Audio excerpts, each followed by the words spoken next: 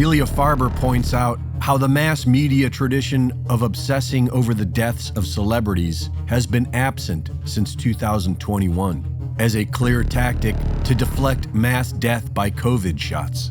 And the death of Anne Heche marks a return to this mainstream media tradition. And the whole story is very strange. Just before the crash, Heche visited the Glass Hair Design Salon in Venice and purchased a red wig, where she posed for a picture with the salon's owner, who did not notice her to be impaired in any way. Minutes later, Heche crashed into an apartment complex where residents tried helping her out of the vehicle before the car was put in reverse and sped off. Videos then show her car recklessly speeding down a residential street and nearly hitting a pedestrian. She then hits a car before finally crashing the Mini Cooper into a house where it bursts into flames. But this is where the story gets really strange. While being carried to the ambulance, we see that her legs are secured, and she is covered in what looks like a cloth body bag. We are told that she couldn't breathe, and yet they covered her face. And the reason these details were noticed is because we see her become fully conscious while frantically trying to escape the body bag and leg straps. Nothing was reported about this, and Heche's former boyfriend said that Anne was stable and expected to pull through. But then we are told she is in a coma, and then we are told that while her heart is still beating, she's legally dead according to California law. But she will be kept on life support for possible organ donation. And then, right in the middle of the ancient 3-day festival to honor the goddess Diana, known as Nemoralia, they pull the plug on Anne Heche and let her die.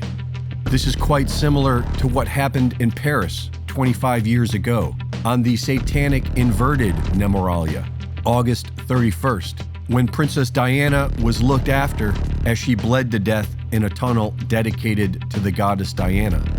Many believe that Princess Diana was about to expose the royal family, and Anne Heche, who recently starred in a movie exposing chemtrails, was currently promoting her most recent film that was exposing the horrors of child sex trafficking.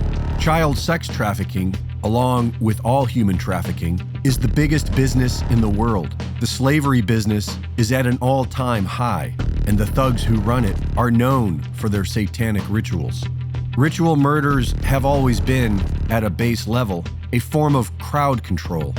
The Anne Heche story has caused many to look back into the mysterious death of Michael Hastings.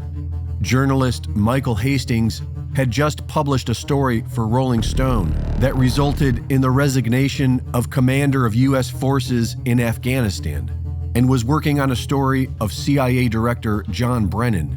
The day before he died, Hastings emailed friends to warn them that the feds were interviewing his close friends and associates, and told them he was onto a big story and needed to go off the radar for a bit. Early the next morning, Hastings' silver Mercedes hit a palm tree and exploded, somehow launching the engine block 60 yards away from the car. Former counterterrorism czar Richard Clarke told the Huffington Post that Hastings' crash was consistent with a car cyber attack, and that intelligence agencies for major powers are able to remotely seize control of a person's vehicle.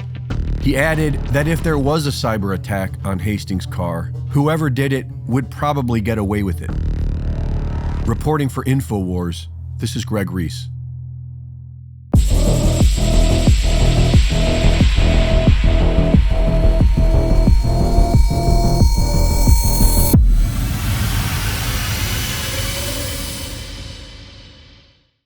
Thank you for watching the latest Greg Reese Report. Be sure to go to reesereport.com to see my latest videos, sign up for my free newsletter, and subscribe for exclusive content. And be sure to support my sponsor at InfowarsStore.com.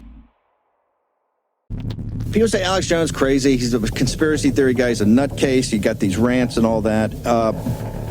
What they miss is that this guy's ahead of the curve on so many different topics of signal, not noise. If you look at the signal and you compare that to PBS and NPR and BBC, and we'll do what Alex Jones put out there versus what your collective body has put out there.